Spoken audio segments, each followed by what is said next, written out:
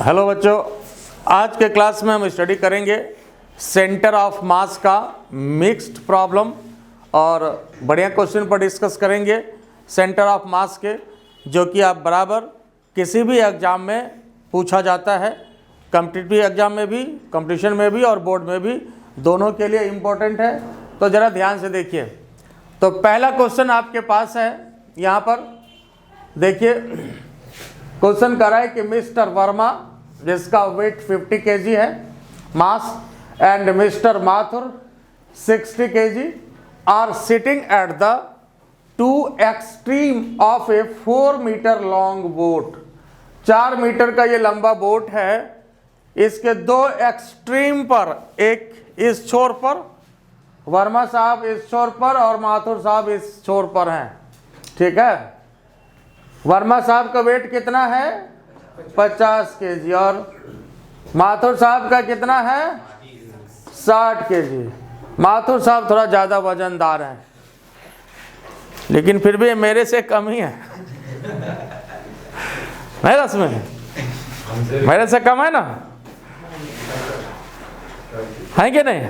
हाँ सही बात है। तो चलिए देखिए, वो बोलने में भी डर लगता है कि सर इसमें गुस्साने का क्या बात, जो है वाजिब तो है ना। ऐसा थोड़े, इसके लिए बहुत मेहनत करना पड़ा। तो चलिए ठीक बात है। तो 2 एक्सट्रीम पर है और बोट की लंबाई कितनी है? 4 मीटर लॉन्ग बोट है ना। और बोट का जो वजन है ये 40 kg है। बोट का वजन कितना है? 40 kg है। बोट का वजन 40 kg है और ये जो है वाटर में, जो है स्टिल वाटर में ये खड़ा है ना, मूव नहीं कर रहा है। और फिर क्वेश्चन करा है to discuss a mechanics problem, to discuss a mechanics problem. और in order to discuss mechanics problem, problem को डिस्कस करते करते दोनों कहाँ पर आ गए? कहाँ पर आ गए? बीच में आ गए दोनों, है ना। डिस्कस करते करते वर्मा साहब भी यहाँ पर पहुँच गए और माथुर साहब भी यहाँ पर पहुँच गए, बीच में आ गए। They come to the middle of the boat, neglecting friction. Friction को नेग्लेक्ट करना है, जो वाटर का फ्रिक्शन है, जिसको कि विस्कोसिटी भी कहते हैं, आप उसको नेग्लेक्ट करिए। वाटर के साथ कोई फ्रिक्शन नहीं लेना है। क्वेश्चन कर रहा है how far does the boat move on the water during the process. कर रहा है कि माथुर साहब भी यहाँ चले आए, वर्मा साहब भी यहाँ अगर चले आए, डिस्कस करते हैं अस्थिर से चुपचाप। ठीक है, तो बोट कितना से मूव करेगा ये आपको बताना है। बोट कितना से मूव करेगा ये आपको बताना है। तो देखिए बोट कितना से मूव करेगा, इसमें भी अब क्वेश्चन आपका यही है कि देखो, जैसे मान लेते हैं कि अब शुरू में वर्मा साहब यहाँ पर हैं और माथुर साहब यहाँ पर हैं, तो इसका जो सेंटर ऑफ मास होगा वो कहाँ पर होगा, अंदाज से पहले बताना है। जैसे मान लो कि इसको अगर हम ओरिजिन मान लें, मोर यहाँ पर ये बोट का मिडिल पॉइंट है, इसको ओरिजिन मान लें अगर, तो इसका जो इस सिस्टम का सेंटर ऑफ मास होगा किधर होगा? इसके राइट या लेफ्ट? राइट होगा, ये तो श्योर है। दूसरी बात है कि इस सिस्टम में कितना बॉडी है? 3 बॉडी है। एक तो वर्मा साहब हैं, एक माथुर साहब हैं, तीसरा बोट साहब भी तो हैं। बोट को आप लोग छोड़ देते हो, या एक गलती होती है कि वर्मा साहब और माथुर साहब हैं तो इसके लिए बोट आप छोड़ देते हैं। तो बोट भी आपका सिस्टम में है, बोट को भी कंसीडर करना है। ये पॉइंट ऑफ मिस्टेक है, ऐसी गलती नहीं करनी है। ठीक है, बोट को भी कंसीडर करना है। तो यहाँ देखिए 3 ये सिस्टम में 3 बॉडी है। तब ये बताओ कि इस, अगर ये ओरिजिन है तो सेंटर ऑफ मास जो होगा इसके राइट होगा या लेफ्ट? अनुमान से नहीं, क्योंकि माथुर साहब इधर है, वजनदार आदमी है इधर। अगर हम बैठ जाएंगे इधर तो बोटे डूब जाएगा। नहीं, हाँ कोई ठीक नहीं है, कोई ठीक नहीं है ना। तो ज़्यादा वजनदार आदमी इधर है, इसलिए नेचुरली सेंटर ऑफ मास इस तरफ तो होना चाहिए कि नहीं होना चाहिए? होना चाहिए, ठीक बात है। तो यहाँ पर, यहाँ आपका मान लो कि यहाँ पर सेंटर ऑफ मास आता है जहाँ भी कहीं, तो इसको अभी हम लोग ओरिजिन मान रहे हैं। यहाँ भी देखिए ऑरिजिन आप किसी को कंसीडर कर सकते हैं। तो फाइनली देखिए यही होगा कि पहले मान लो सेंटर ऑफ मास यहाँ पर मान लो था, और जब वर्मा साहब और माथुर साहब जब दोनों यहीं पर आ गए और बोट का भी सेंटर यहीं हो गया फाइनली, तो अब तो सेंटर ऑफ मास यहीं पर हो जाएगा। बोट का भी सेंटर यहीं, वर्मा साहब भी यहीं, माथुर साहब भी यहीं, तो सिस्टम का सेंटर ऑफ मास तो यही हो जाएगा बाद में। और शुरू में सेंटर ऑफ मास यहाँ पर था मान लीजिए, तो सेंटर ऑफ मास जितना से शिफ्ट करेगा उतना ही से बोट भी शिफ्ट करेगा। सेंटर ऑफ मास जितना से शिफ्ट करेगा उतना ही से बोट शिफ्ट करेगा। इसलिए कि इसमें कोई भी एक्सटर्नल फोर्स वाली बात नहीं है, एक्स्ट्रा फोर्स कहीं कुछ नहीं है, एक्सटर्नल फोर्स कहीं कुछ नहीं है। तो सेंटर ऑफ मास जितने से शिफ्ट करेगा साहब उतना ही से बोट भी शिफ्ट करेगा। तो कहने का मतलब इनडायरेक्टली अब आपको यही निकालना है कि यहाँ पर सेंटर ऑफ मास इसका कहाँ पर है।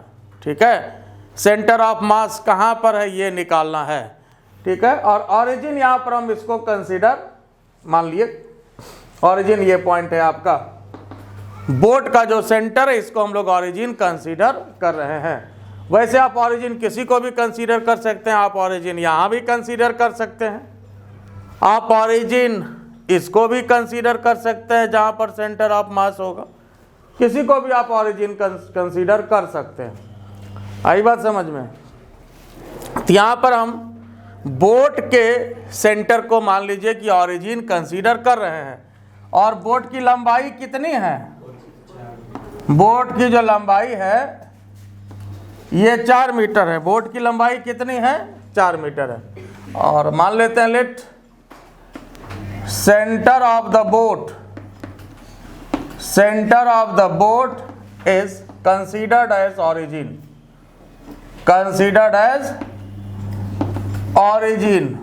बोट का सेंटर इसको ऑरिजिन माना हमने। बोलो कोई दिक्कत है इसमें? अब यहां पर लगा दीजिए एक्सियम वाला फॉर्मूला, एक्सियम लगाइए साहब। क्या फॉर्मूला होता है? m1 x1 m2 x2, 3 body है तो 3 तक ले चलें, और नीचे total mass m1 plus m2 plus m3, x c m equal to m1 x1 plus m2 x2 plus m3 x3, और नीचे क्या करना है? Total mass. यही ना होगा? नीचे क्या देना है? Total mass. बोलो कोई तकलीफ है इसमें? ठीक बात है। अब इसमें देखिए ऑरिजिन हम लोग इसको मान रहे हैं, तो ये भी ध्यान रखना है कि इसके इधर का पॉजिटिव होगा और इसके इधर का निगेटिव होगा। अब आप जिसको मानिए, मान लो चलो x1 मान लेते हैं पहले तो वर्मा साहब को, तो मास तो इनका 50 हो गया, और x1 क्या लेते हैं? ऑरिजिन से वर्मा साहब का जो सेंटर ऑफ मास है यहाँ है, इसका डिस्टेंस कितना होगा बताओ तो साहब? -2। ठीक बात है। अब ये मान लेते हैं माथुर साहब को, मास कितना है? 60, x2 कितना यहाँ से यहाँ तक, लेकिन ये +2 होगा। और उसके बाद ये जो है हो गए हमारे बोट साहब, तो इसका तो सेंटर ऑफ मास यही होगा, तो बोट का तो यहाँ पर मैदान साफ हो जाएगा। लेकिन नीचे तीनों मास जुटेगा, ऐसा नहीं कि नीचे फिर बोट का मैदान साफ कर दीजिएगा। नीचे टोटल मास होता है, नीचे क्या होता है? टोटल मास होता है। नीचे मैदान साफ नहीं करना है। टोटल मास कितना भैया? 50 प्लस 60, और बोट का कितना है? 40। तो अब ये देखिए कितना हो गया? -100 प्लस 120, और नीचे 150। तो 120 में 100 घटाइए 20, और नीचे 150। तो यहाँ पर 2/15 ये आपका हो जाएगा मीटर में, है ना? क्योंकि मीटर ले रहे हैं हम लोग, और सेंटीमीटर में अगर लीजिएगा तो यही हो जाएगा 13 सेंटीमीटर। देख लो आ ही रहा है, यहाँ पर 0 दीजिए तो 15 1 हो गया, बाकी 4 बचेगा, 15 3 45। ये 13 सेंटीमीटर से जो है बोट शिफ्ट करेगा। मीटर में लीजिएगा तो 2/15 मीटर हो गया। बोलो ये बात समझ में आया कि नहीं? तो यहाँ पर बोट कितने से शिफ्ट करेगा? 13 से, चूंकि यहाँ पर ऑरिजिन ले रहे हैं और सेंटर ऑफ मास यहाँ पर है, तो यहाँ से कितने डिस्टेंस पर सेंटर ऑफ मास है आपका, देखिए 13 सेंटीमीटर पर। तो पहले यहाँ पर सेंटर ऑफ मास था, और अब जब वर्मा साहब, माथुर साहब यहाँ चले आए, और बोट का तो सेंटर है ही, तो बोट साहब भी समझिए यहीं पर है ना, तो इसका सेंटर ऑफ मास तो यही हो गया। तो सेंटर ऑफ मास कितने से शिफ्ट कर गया, कितने से शिफ्ट किया, 13 सेंटीमीटर से शिफ्ट किया। तो जितने से शिफ्ट किया सेंटर ऑफ मास, उतना ही से बोट शिफ्ट करेगा। आई बात समझ में, बात क्लियर हुआ या नहीं हुआ। तो यहाँ पर ऑरिजिन हमने इसको माना, फिर इसको हम लोग एक और तरीका से बता देते हैं, जैसे हम इसको ऑरिजिन मान लेंगे, ठीक है। तो पहले इसको लिख लीजिए, फिर इसको ऑरिजिन मान करके बताते हैं।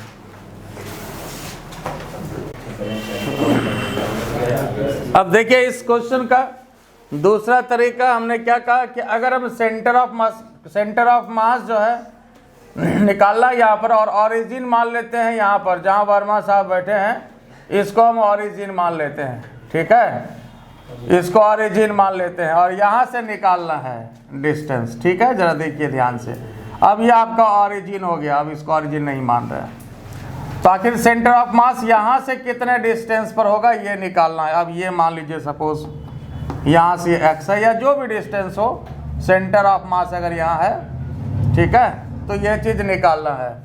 तो फिर जो आपके पास फार्मूला होगा XCM का, क्या फार्मूला होता है, m1x1 प्लस m2x2 m3x3, और नीचे टोटल मास, तो m1 plus m2 plus m3, है ना, नीचे टोटल मास, तो m1 plus m2 plus m3। बोलो कोई कष्ट इसमें, ठीक बात है। तो अब यहाँ पर मेन टारगेट तो यही है कि x1 क्या होगा, x2 क्या होगा, x3 क्या होगा, और यहाँ पर 1 हम लोग वर्मा साहब को मान रहे हैं, 2 माथुर साहब को, तीसरा जो ये बोट को मान रहे हैं, तीसरा बोट को। तो ये बताइए कि अब यहाँ पर x1 कितना होगा, m1 कितना, वर्मा साहब का मास 50 kg, और x1 कितना होगा, अब ऑरिजिन हम लोग वर्मा साहब को ही ले रहे हैं, तो यहाँ पर ये 0 हो गया। अब माथुर साहब का मास कितना, 60, है ना, 60। अब उसके बाद x2 कितना, ऑरिजिन ये है, तो यहाँ से माथुर साहब का डिस्टेंस ये कितना हो जाएगा, 4 मीटर होगा, तो इसको ले लीजिए आप 4। फिर अब उसके बाद बोट का मास कितना, 40, और बोट के सेंटर का डिस्टेंस यहाँ से, ये डिस्टेंस कितना, 2 मीटर है, तो अब यहाँ पर ये हो गया 2। नीचे क्या, टोटल मास तो फिर वही आएगा 150, कितना हो जाएगा, देखिए 6 6 के 24, 240, 80, नीचे 150, कितना हो गया, कितना हो गया, 320, और नीचे 150। तो कहने का मतलब 32/15, एक्सियम जो आपको मिला 32/15, और ये आपका मीटर में आंसर आएगा 32/15 मीटर। लेकिन ये कहाँ से हुआ, ये वर्मा साहब से हुआ 32/15, सेंटर ऑफ मास का डिस्टेंस इतना हुआ, है ना। लेकिन फाइनली जब वर्मा साहब, माथुर साहब और बोट का भी सेंटर ऑफ मास यहीं, तीनों जब यहीं आ जाते हैं, तो फिर वैसे स्थिति में सेंटर ऑफ मास कितना से शिफ्ट करेगा, तो ये डिस्टेंस ना हमको चाहिए, ये डिस्टेंस चाहिए। अभी जो निकाले हम लोग ये निकाले, तो इसमें क्या करेंगे, इस डिस्टेंस को निकालने के लिए क्या करेंगे, ये चाहिए हमको, मान लीजिए ये डिस्टेंस कुछ भी, इसको x1 मान लेते हैं, x1 चाहिए, तो क्या करेंगे बताओ, इसमें 2 मीटर को घटा देंगे, 32/15 माइनस 2 कितना हो गया साहब, देखिए, तो 32 माइनस 30, 32 माइनस 30 तो कितना हो गया, 2/, इतना ही निकला था। अभी भी x1 जो निकाले थे तो कितना निकला था, इतना ही तो निकला था, 2/15 मीटर, तो ये 13 सेंटीमीटर के बराबर हो जाएगा। ये इसका दूसरा तरीका, तो आप किसी भी तरीके से बना सकते हैं, ठीक है। तो फाइनल आंसर आपको वही आएगा, लेकिन अगर रेफरेंस पॉइंट चेंज करेंगे तो सेंटर ऑफ मास का डिस्टेंस चेंज करेगा। लेकिन ऐसा नहीं होगा कि सेंटर ऑफ मास बदल जाएगा, ऐसा नहीं होगा कि सेंटर ऑफ मास बदल जाएगा, रेफरेंस पॉइंट आप बदलेंगे तो वैसे स्थिति में सेंटर ऑफ मास का डिस्टेंस जरूर बदलेगा, लेकिन सेंटर ऑफ मास जहां पर था वो आपका वहीं पर रहेगा। बोलो ये बात समझ में आ गया? तो चलिए इसको भी लिख लीजिए, फिर अच्छे क्वेश्चन पर बात कर रहे हैं। अब आइए नेक्स्ट क्वेश्चन। क्वेश्चन क्या कर रहा है? A straight rod of length L has one of it ends at the origin and other end at x equal to L। देखिए कोई भी रॉड है, कोई भी ये रॉड है, ये आपका ऑरिजिन है और यहां पर जो है ये इसका लेंथ यहां से यहां तक L है। ये लेंथ टोटल कितना है? L है। ठीक है, लेंथ कितना है? L है। ऑरिजिन आपका ये वाला एंड है। If mass per unit length of the rod is AX, mass per unit length कितना दिया हुआ है? AX। देखो मास पर यूनिट लेंथ, मास पर यूनिट लेंथ, और मास पर यूनिट लेंथ को ज्यादातर हम लोग लैम्डा से इंडिकेट करते हैं, और ये लैम्डा आपको कितना दिया हुआ है? A into x. Mass per unit length का मतलब हुआ इकाई लेंथ का मास। इसको लीनियर मास डेंसिटी भी कहते हैं। क्या कहते हैं? Linear mass density. ये A इंटू एक्स दिया हुआ है। Where A is constant then find the centre of mass. देखो ये क्या कर रहा है? मास पर यूनिट लेंथ जो है ये लैम्डा दिया हुआ है AX। इसका क्या मतलब है कि A तो कांस्टेंट, लेकिन X तो ये बढ़ेगा धीरे धीरे, X तो बढ़ेगा। तो इसका मतलब है कि ये बताओ कि मास पर यूनिट लेंथ का जो ये वैल्यू है ये कांस्टेंट है इसका लीनियर डेंसिटी, या लीनियर डेंसिटी इसका बढ़ता जा रहा है? क्या हो रहा है? लीनियर डेंसिटी कांस्टेंट है या लीनियर डेंसिटी इसका बढ़ता जा रहा है? लीनियर डेंसिटी इसका बढ़ता जा रहा है, इसलिए कि X का वैल्यू धीरे धीरे बढ़ेगा। तो वास्तव में जो ये रॉड है ये यूनिफॉर्म नहीं है, नॉन यूनिफॉर्म है। अच्छा, अगर यूनिफॉर्म रॉड होता तब इसका सेंटर ऑफ मास कहां पर होता? तब तो बीच में हो जाता, तब तो इसका L/2 पर सेंटर ऑफ मास होता। सीधी बात, अगर ये ऑरिजिन है तो। यूनिफॉर्म अगर रॉड होता तब तो L/2 हो जाता, तब तो आपको हम निकालने ही नहीं देते, तब फिर कोई मतलब ही नहीं था इसका। ठीक है, तो यहाँ पर ये यूनिफॉर्म नहीं बल्कि नॉन यूनिफॉर्म है। लीनियर मास डेंसिटी इसका बढ़ रहा है धीरे धीरे, मतलब शुरू में जो है कम, अब बाद में जो डेंसिटी है इसकी बढ़ती जा रही है। ऐसे ये जरूरी नहीं कि देखने में आपको लगे, ये समझने की बात है, बाद में डेंसिटी ज़्यादा होते जा रहा है। ठीक है, इस तरह की बात प्रैक्टिकल तौर पर है। तो देखो सबसे पहले हम मान लेते हैं, अब ये तो समझ में आया कि इसमें जब ये वेरी कर रहा है तो कंसेप्ट इसमें क्या होगा? कांस्टेंट कॉन्सेप्ट होगा या वेरिएबल कंसेप्ट लगेगा? कांस्टेंट कॉन्सेप्ट होगा या वेरिएबल कंसेप्ट लगेगा? वेरिएबल होगा। ये बात तो तय है कि यहाँ पर वेरिएबल कंसेप्ट लगेगा। तो यहाँ से x डिस्टेंस पर हम लोग एक एलिमेंट्री पार्ट कंसीडर कर लेते हैं। x डिस्टेंस पर एलिमेंट्री पार्ट कंसीडर कर लेते हैं, और इसका जो हम लोग थिकनेस लेते हैं, लेंथ कितना लेते हैं? dx। x डिस्टेंस पर इसका थिकनेस कितना लिया साहब? dx लिया। बोलो कोई तकलीफ है? x डिस्टेंस पर कितना थिकनेस लिया? dx लिया, लेंथ इसका dx लिया। ठीक है, ये एलिमेंट्री पार्ट, ये एलिमेंट्री पार्ट है। तो इस एलिमेंट्री पार्ट का मास क्या होगा ये निकालना है ना। देखो हमारे पास जो एक्सियम का फॉर्मूला है, एक्सियम इक्वल टू क्या लेते हैं साहब? अच्छा ये बताओ इसमें क्वेश्चन किसके लिए मेजर बनता है? एक्स कोऑर्डिनेट के लिए कि वाई कोऑर्डिनेट के लिए? एक्स कोऑर्डिनेट के लिए। वाई कोऑर्डिनेट का इसमें कोई मतलब ही नहीं है, वाई कोऑर्डिनेट तो इसमें जीरो ही होगा। नहीं, इस एक्सिस पर ऐसे रॉड है तो वाई कोऑर्डिनेट तो इसका जीरो ही हो जाएगा।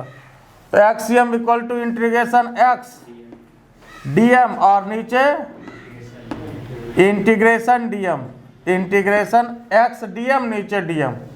यही तो फॉर्मूला होता है। अच्छा ये बताओ, जैसा इस क्वेश्चन में ऑप्शन भी आपको दिया हुआ है, अगर हम ये कहें कि बिना बनाए आप इसका जवाब दीजिए, दे सकते हैं। ऑप्शन के अनुसार बिना बनाए आप जवाब इसका दे सकते हैं, बनाने की कोई ज़रूरत नहीं है। तो इसका जो ऑप्शन होगा इसमें कौन सा होगा, ये सोच करके आप देखिए, सोच करके बताइए। देखो अगर यूनिफॉर्म रड होता तब इसका सेंटर ऑफ मास कहाँ होता, तब तो बीच में हो जाता, तब तो L/2 होता।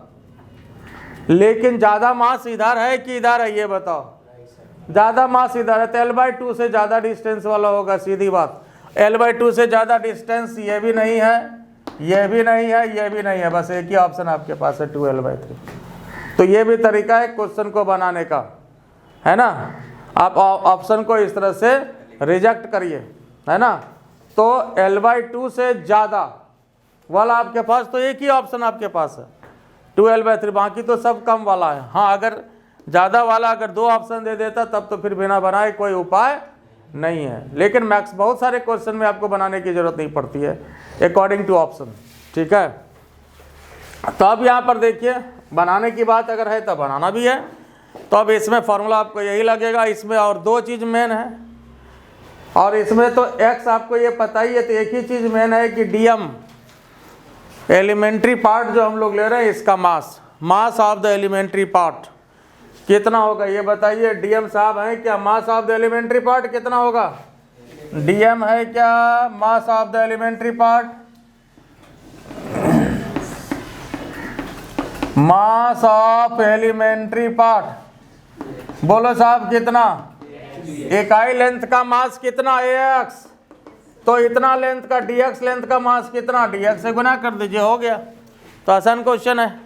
इकाई लेंथ का मास कितना ax, तो dx लेंथ का मास कितना, dx से गुना कर दीजिए, ठीक है। तो ये dm साहब जब मिल गए तब यहाँ पर बैठा दीजिए फ्रॉम फर्स्ट, है ना। बस अब आपको कैलकुलेट करना है इंटीग्रेशन x, dm कितना हो गया साहब, ax dx, और नीचे इंटीग्रेशन dm, तो फिर यहाँ ax dx। अब तो इसको कैलकुलेट करना है और जो कांस्टेंट टर्म है उसको बाहर निकालना है और एप्रोप्रिएट लिमिट को बैठाना है। तो इसमें बताइए पहले, a बाहर निकल जाएगा, इंटीग्रेशन क्या बचा x² dx, उसके बाद a बाहर हो जाएगा x dx, और लिमिट इसका क्या होगा, रड यहाँ से यहाँ तक है 0 से L हो गया। अब यहीं पर इसका फिजिक्स खत्म। अब जो आए कैलकुलेट करके आप आंसर कर लो। x² का इंटीग्रेशन साहब कितना, देखिए x³ अपॉन 0 से L, और यहाँ पर x dx का इंटीग्रेशन x² बाय, और इसका लिमिट 0 से L। बोले इसमें कोई दिक्कत है? अब भाई इधर कर लेते हैं, और अब तो आंसर आपको पता ही है, देख लीजिए उतना आना चाहिए। एक्सियम हम लोग ये निकाल रहे हैं। तो यहाँ पर देखो क्या बोले थे तरीका, अंदर जो कांस्टेंट वगैरह है उसको भी बाहर निकाल लो। तो इससे क्या होगा, आप गलती से बचेंगे साहब। यहाँ 1/2 भी है, इसको भी बाहर निकाल लिया, तो क्या बचा x² और 0 से L। अब यहाँ देखिए एक्सियम क्या तरीका होगा लिमिट बैठाने का, x के स्थान पर ऊपर वाला लिमिट माइनस करके x के स्थान पर नीचे, तो 0 हो जाएगा। ये भी 1/3 1/2, x के स्थान पर ऊपर वाला लिमिट माइनस करके x के स्थान पर 0। बोलो साहब इसमें कोई दिक्कत है? बात समझ में आया कि नहीं आया? क्लियर है? अब आ जाइए इधर। तो क्या हो जाएगा, एक्सियम इक्वल टू, देखो ये भी कट गया, ऊपर खाली L आपका बचेगा, नहीं बचेगा? चलो एक स्टेप और ले, L² और नीचे L² अपॉन 2, L² अपॉन 3 और नीचे 2 अपॉन ये क्यूब है ना, L³ है। तो हो गया। अब क्या करना है, ये खत्म हो गया, आंसर आपके पास मिल गया 2L/3। This is your axiom and this is your answer. बोलो इसमें कोई दिक्कत है? ये बात क्लियर हुआ या नहीं? तो इसको लिख लीजिए पहले और फिर नेक्स्ट क्वेश्चन पर हम बात करते हैं। देखिए ये नेक्स्ट क्वेश्चन है आपके सामने। क्या कह रहा है question? 2 block of masses 10 kg and 20 kg are placed on the x axis। कहीं भी कोई x axis है, इधर आपका जो है ये 10 kg का ब्लॉक है मान लो, और इधर जो है यहाँ पर ये आपका 20 kg का ब्लॉक है, ये बड़ा ब्लॉक है, 20 kg का ब्लॉक है, एक्स एक्सिस पे रखा गया है। The first mass is moved on the axis by a distance of 2 centimetre. इसको 2 सेंटीमीटर से मान लो कि मूव कर दिया गया। कितना से मूव किए इसको? 2 सेंटीमीटर से। First mass moved on the axis by a distance of 2 centimetre. By what distance should the second mass be moved to keep the position of centre of mass unchanged. करे कि इसको कितने से move कराना होगा ताकि centre of mass unchanged रहे, वो जहां पर था वहीं रहे, जहां था वहीं रहे। इस बॉडी को कितने से इधर मूव कराएं? पहले तो ये बताओ कि जैसे ये 10 kg का बॉडी है, ये 20 kg का है, तो इसका मास कम है, इसका ज़्यादा है। ये कितना से मूव किया? 2 सेंटीमीटर से। तो अकॉर्डिंग टू कॉमन सेंस पहले ये बताओ कि ये ज़्यादा से मूव करेगा कि कम से, ताकि सेंटर ऑफ मास जो अनचेंज रहे? कम से करेगा। तो ये 2 सेंटीमीटर से किया, इसको तो कम से करना होगा।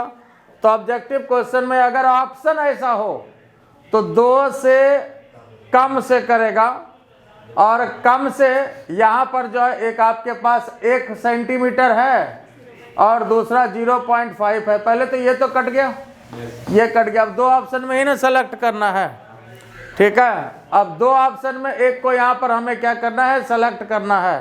तो अब यहाँ पर थोड़ा अंदाजा अब लगा सकते हैं कि वो 10 वाला जो है 2 सेंटीमीटर भागा, तो 20 वाला जो है इधर 1 सेंटीमीटर भागेगा।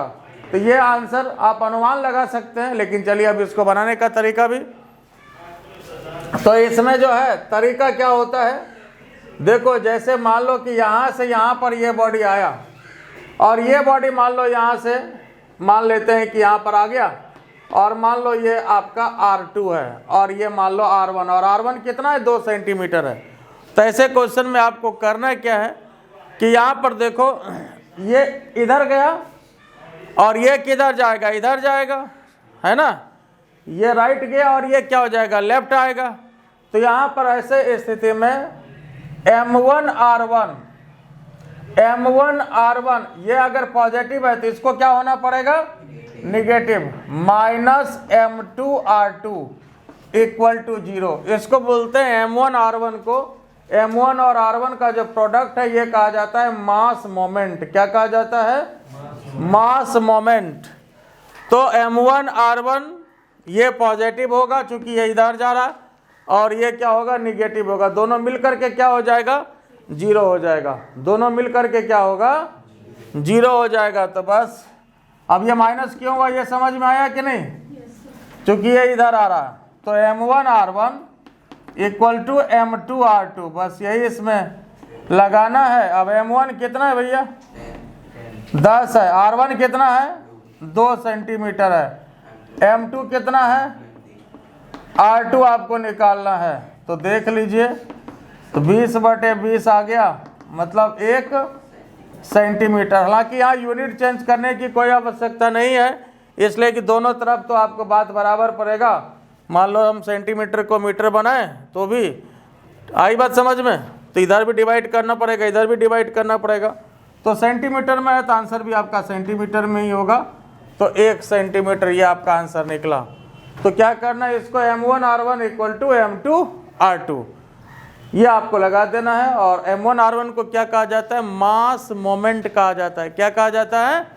मास मोमेंट। और अकॉर्डिंग टू कॉमन सेंस भी समझ में आया कि जब इसको इधर ये जा रहा है तो ये वाला बॉडी किधर जाना चाहिए? इधर आना चाहिए। तभी इसका सेंटर ऑफ मास जो है वो अनचेंज रहेगा, वो जहाँ पर पहले था वो आपका वहीं पर रहेगा। तो इसके लिए आपके पास ये आंसर हो गया। इसको लिख लीजिए, फिर एक नेक्स्ट क्वेश्चन की बात करते हैं। और ये देखिए नेक्स्ट क्वेश्चन, और ये लास्ट क्वेश्चन सेंटर ऑफ मास का, और इसमें ये टाइप 10 था आपका मिक्स टाइप, ठीक है। अब देखिए यहाँ पर जो है क्वेश्चन क्या कह रहा है, the density of linear rod of length L, कोई भी रॉड है, इसका लेंथ कितना है, L दिया हुआ है, कैपिटल L है, और density of linear rod very कर रहा है ऐसे, डेंसिटी ऑफ लीनियर रॉड, ये लीनियर रॉड है, इसकी जो डेंसिटी है ये इस तरह से वेरी कर रहा है, rho equal to A plus B X. इसका क्या मतलब रहा है जी, यहाँ जो देखिए ये जो दिया हुआ है डेंसिटी, इसका कांस्टेंट है कि वेरिएबल है, कैसे पता चल रहा है वेरिएबल है, x से, जैसे जैसे x बढ़ेगा वैसे वैसे इसकी डेंसिटी भी बढ़ेगी, वैसे वैसे इसकी डेंसिटी भी क्या होगी, बढ़ेगी। तो इसके लिए हम लोग क्या करते हैं, एक x डिस्टेंस पर एक एलिमेंट्री पार्ट को कंसीडर कर लेते हैं। क्या करते हैं, x डिस्टेंस पर एलिमेंट्री पार्ट को कंसीडर कर लेते हैं, एक छोटा पार्ट। और ये तो समझ में आया कि इसमें वेरिएबल कंसेप्ट लगेगा। क्यों लगेगा, जैसे जैसे x का मान यहाँ बढ़ाएंगे वैसे वैसे डेंसिटी इसकी बढ़ेगी। तो डेंसिटी इसका कांस्टेंट नहीं है, लीनियर डेंसिटी इसका ये रॉड का बढ़ता चला जा रहा है, ठीक है। और x जो है ये डिस्टेंस है फ्रॉम द लेफ्ट एंड, ये मान लीजिए ऑरिजिन है, यहाँ से x का है, कही रहा है, होगा ही। Locate the centre of mass, centre of mass कहाँ पर होगा ये आपको बताना है। तो देखिए सबसे पहले हमारे पास जो फॉर्मूला है सेंटर ऑफ मास का, एक्सएम का फॉर्मूला इंटीग्रेशन x dm और नीचे इंटीग्रेशन dm, और यहाँ पर दो ही चीज़ है। अब इसमें कहा जाए तो एक ही चीज़ है, x तो आपको पहले से पता ही है कि यहाँ से x डिस्टेंस पे हम ले रहे हैं, ठीक है। और dm चाहिए, तो dm साहब है क्या, mass of elementary part. dm क्या है, मास ऑफ एलिमेंट्री पार्ट, यही ना है। एलिमेंट्री पार्ट जो भी हम लोग कंसीडर करते हैं, जैसे एलिमेंट्री पार्ट है, छोटा पार्ट, छोटू पार्ट, इसका मास चाहिए, यही तो यहाँ मेन टारगेट फिजिक्स इसमें बस यही है। तब यहाँ पर देखो लीनियर डेंसिटी यहाँ पर ये दिया हुआ है, तो मतलब ये लीनियर डेंसिटी का क्या मतलब हुआ, इकाई लेंथ का मास इतना है। इकाई लेंथ का मास कितना है, a प्लस बी एक्स है। लीनियर डेंसिटी का मतलब यही ना हुआ, इकाई लेंथ का मास इतना है। तो dx लेंथ का मास कितना होगा, क्या करेंगे, dx से गुना कर देंगे, यही ना करेंगे, आई बात समझ में। तो यहाँ पर जो है dm के लिए क्या करेंगे हम लोग, इकाई लेंथ का मास कितना, इतना है, a प्लस बी एक्स, ये आपको दिया हुआ है ना। डेंसिटी ऑफ लीनियर रॉड ये आपको दिया हुआ है, आई बात समझ में। और मान लो यहाँ पर जैसे इसका एरिया भी अगर हम कंसीडर कर लें कुछ भी तो कर सकते हैं, लेकिन वो एरिया ऊपर नीचे फिर आपका कट ही जाएगा। मान लो ऐसे मास आपका dm कितना हो जाएगा, देखो इकाई लेंथ का मास a प्लस बी एक्स, ठीक है, और इंटू dx, ये हो गया, आई बात समझ में। और अगर मान लीजिए अगर ये डेंसिटी जो है, जैसे मान लो अगर यहाँ पर वॉल्यूम डेंसिटी की बात हो तो यहाँ पर हम लोग कंसीडर कर लेंगे इसका एरिया, इससे कोई क्वेश्चन को फर्क नहीं पड़ने वाला। मान लो अगर कुछ भी एरिया इसका हम अल्फा कंसीडर कर लें तो अल्फा ऊपर भी यहाँ पर गुना हो गया और नीचे भी तो डीएम में है तो ये अल्फा ही जाएगा, तो कट जाएगा, इससे कोई फर्क नहीं पड़ेगा। इसलिए इसको हम छोड़ भी सकते हैं, आई बात समझ में, कर भी सकते हैं कंसीडर, छोड़ भी सकते हैं, दोनों बात बराबर पड़ेगा, तो इसलिए इसको मैं छोड़ देता हूँ, ठीक है। तो डीएम साहब इतना हो गए। अब यहाँ पर पुट करिए इंटीग्रेशन x, और डीएम कितना आया, a plus B x D X, और नीचे फिर integration A plus B x D X, यही ना। अब आई की लिमिट क्या होगा साहब? लिमिट क्या होगा? 0 से एल, सही बात है। अब यहाँ देखिए एक बार फिर, यहाँ इसको करें हम लोग इंटीग्रेशन। देखो इसको यहाँ पर अब ब्रैकेट तोड़ देते हैं तो क्या हो जाएगा? ए एक्स हो जाएगा, a x D x plus यहाँ क्या होगा बोलते चलिए आप लोग, b x square d x. कोई तकलीफ इसमें? उसके बाद यहाँ भी देखो इंटीग्रेशन ए डी एक्स, यही ना। अब plus integration b x D x. बोलो कोई तकलीफ है? अब क्या करना है? लिमिट तो सब जगह 0 से एल, 0 से एल, 0 से एल, 0 से एल होगा। लिमिट तो सब जगह यही होगा कि नहीं होगा? होगा ना। तो अब यहाँ पर देखिए एक स्टेप और यहाँ लेते हैं ऊपर, जरा ध्यान से देखिए। इसमें अब जो कांस्टेंट टर्म है ए बाहर निकाल देते हैं। क्या बचा? एक्स डी एक्स बचा 0 से एल। फिर यहाँ देखिए बी बाहर निकाला, एक्स स्क्वायर डी एक्स 0 से एल। फिर नीचे भी कांस्टेंट को बाहर निकालिए, इंटीग्रेशन डी एक्स 0 से एल, बी बाहर निकालिए, इंटीग्रेशन एक्स डी एक्स। ठीक है, तो कोई तकलीफ इसमें? बात समझ में आया कि नहीं आया? तो अब यहाँ पर इसको क्या करना है? कैलकुलेट करना है। लीजिए इधर इसका हटा देते हैं, इधर ही मैं कैलकुलेट कर देता हूँ। डायग्राम बनाया हुआ ना आपका? ठीक है, तो अब यहाँ देख लीजिए ए एक्स डी एक्स का इंटीग्रेशन बोलो भैया, एक्स स्क्वायर बाय 2 0 से एल। बी बाहर है ना, एक्स स्क्वायर का इंटीग्रेशन कितना होगा? एक्स क्यूब अपॉन 3 0 से एल। और नीचे फिर a integration D x, x 0 से एल। और फिर यहाँ पर एक्स डी एक्स का इंटीग्रेशन एक्स स्क्वायर अपॉन, और फिर यहाँ पर लिमिट क्या? 0 से एल। बोलो कोई तकलीफ है इसमें? क्लियर है?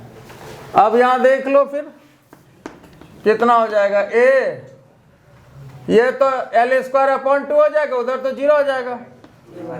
एल स्क्वायर अपॉन 2 उधर तो 0 हो गया। बी इसके बाद ये भी क्या हो जाएगा? एल क्यूब बाय 3, उधर तो माइनस 0 हो गया, एल क्यूब बाय 3। और फिर ए ये फिर बैठाएंगे तो एल माइनस 0 एल हो गया। बी यहाँ पर भी लिमिट बैठाएंगे तो क्या तरीका लिमिट बैठाने का?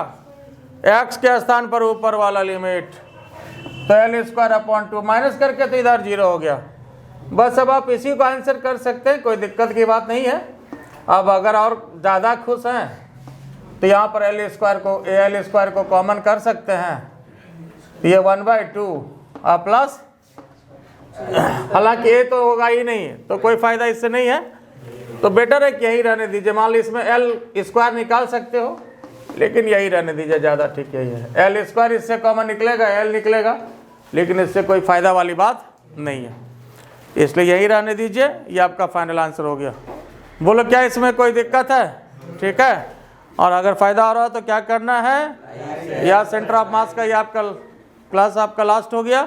अब कोई भी क्वेश्चन आप कहीं से बना सकते हैं, ठीक है, अब कोई दिक्कत की बात नहीं होगी। तो चलिए ठीक है, आज इतना ही, और फ़ायदा हो रहा हो तो लाइक करना है, सब्सक्राइब करना है और शेयर करिए। Thank you.